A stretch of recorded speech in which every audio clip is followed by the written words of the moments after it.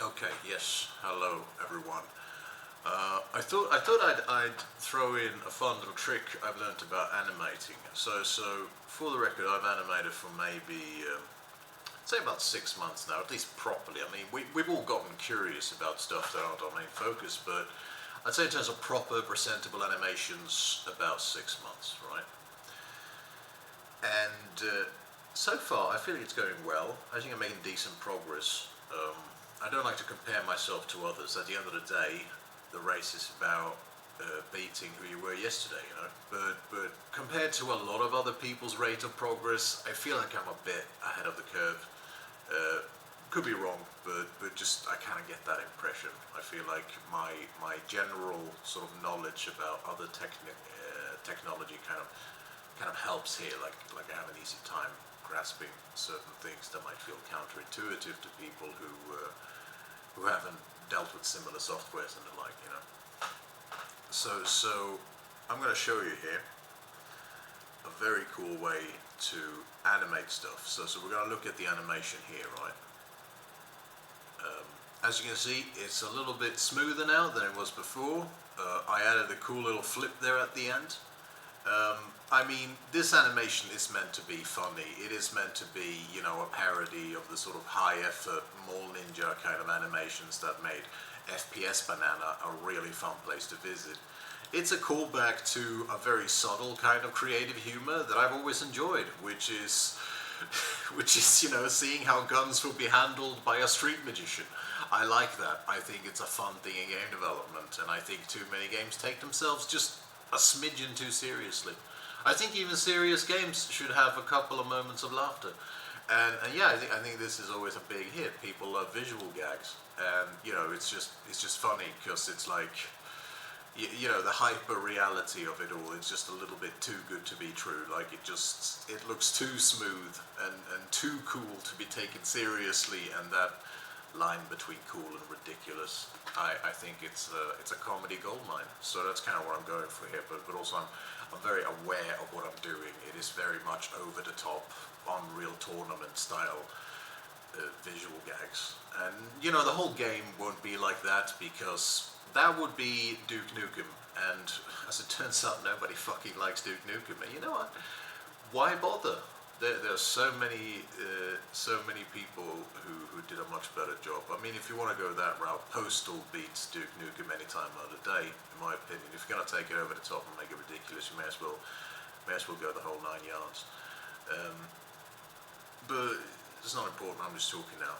Let's show you how this works. So you can see here that if you look at these keyframes, the keyframes kind of represent, each one is kind of like a motion, almost like a location where the animation is supposed to go, and then the spaces in between are calculated using you know computation.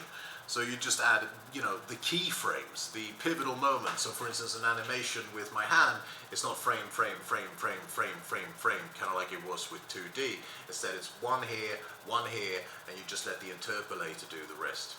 Hence, keyframe. You know, so pretty straightforward, at least by engineering standards.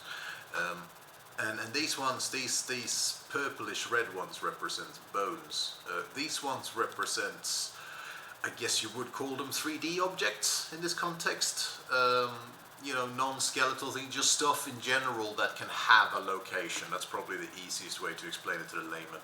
So you have stuff here that are interconnected by, you know, joints and bones. You know, I move the bottom of my finger, the tip of my finger moves as well. That's kind of what skeletons are for, that's what bones do. And you have this stuff down here that's just normal objects. That's like, you know, throwing a loose object in the air. It doesn't have any shared cause and effect relationship. So yeah, that's kind of how that works. So now that I've talked you through that, I'm going to show a fun way to cheat at animating, and it's pretty cool. So you see it in first person view. It looks pretty nice. It looks pretty tidy, pretty neat. I'm not saying it's perfect. I'm just saying I've avoided a lot of rookie mistakes, and I did a lot of passes, which basically means that you just remake it over and over again, making it better each time. I've done solid groundwork, and I'm willing to acknowledge that, and still hopefully maintain some humility. So now let's see what happens in third person, right? So to tell you a bit about the third person thing, I should explain what these yellow lines are. So this is the skeleton. This is what interconnects the arms to the wrist, what interconnects the wrist to some of the hand bones. There's probably a better, more sort of credible sounding name for that. And then that to the finger bones, to the joints and everything. And yeah, basically that thing I told you. If you move your shoulder, you're moving the rest of your arm too. Like it's that kind of like relationship. Whereas if I, for instance, move this magazine, actually no, that's a bad example because the magazine is part of our inherited transformation hierarchy. Point is, if you move other stuff, it kind of moves on its own. When this stuff moves, it's connected, and these yellow lines signify these connections. So the connections are comprised of these little sort of nodal points where all the things meet together in here, which is called the origin point, and then they kind of go outwards to other connected nodes, which in turn have, you know, different settings depending on what they're supposed to do. Some of them might be sort of stiff, other ones might be more bendy, some of them might be biased towards a certain angle. There's so much stuff you can do with this, and when I say angle, I mean axes. All right, I don't. Comment section, I'm on to you. Figured it out before you did. So yeah. Point is. Yeah. It's how it works. As you can see, it goes here underneath. It's all over the shop. I wasn't just making it up. It's actually real. I'm a proper grown-up engineer. I know what I'm talking about. So then we have this, which is the camera view with an unbelievably tiny framing.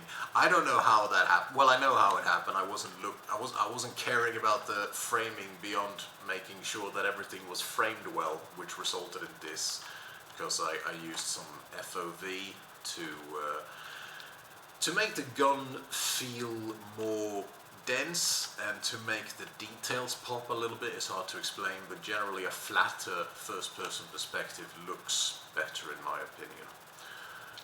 Of course, that's a matter of debate, but I think it works pretty well because you're supposed to hold them kind of close to you. You know, you're supposed to kind of put your eye there and stuff. So I feel like, yeah, you have a tight field of view on them.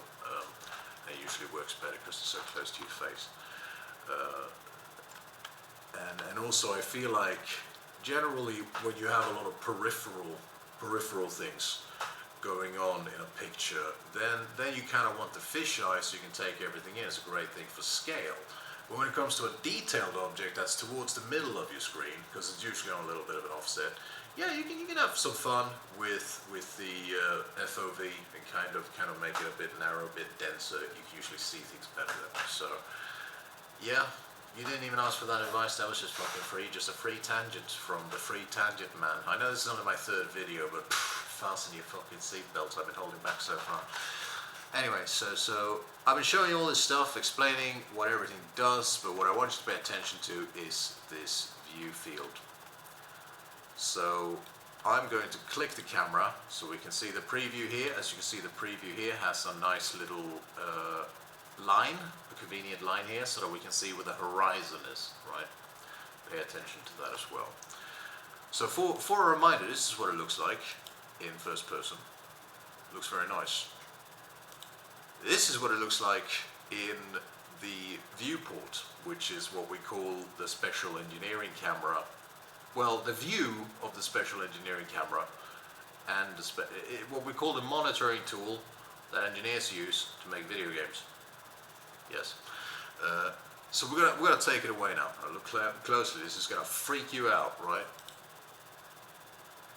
That's the animation. You see that?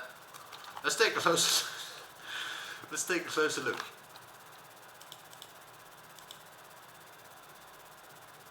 Yeah, look at that. Look at that. Look at that.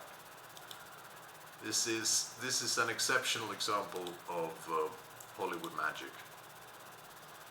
Yeah, it looks just fine here. I mean, I cannot ruin it for some of you. Some of you are gonna just squint at this really hard and think it's bad. But come on, I did a decent job covering up all the weirdness.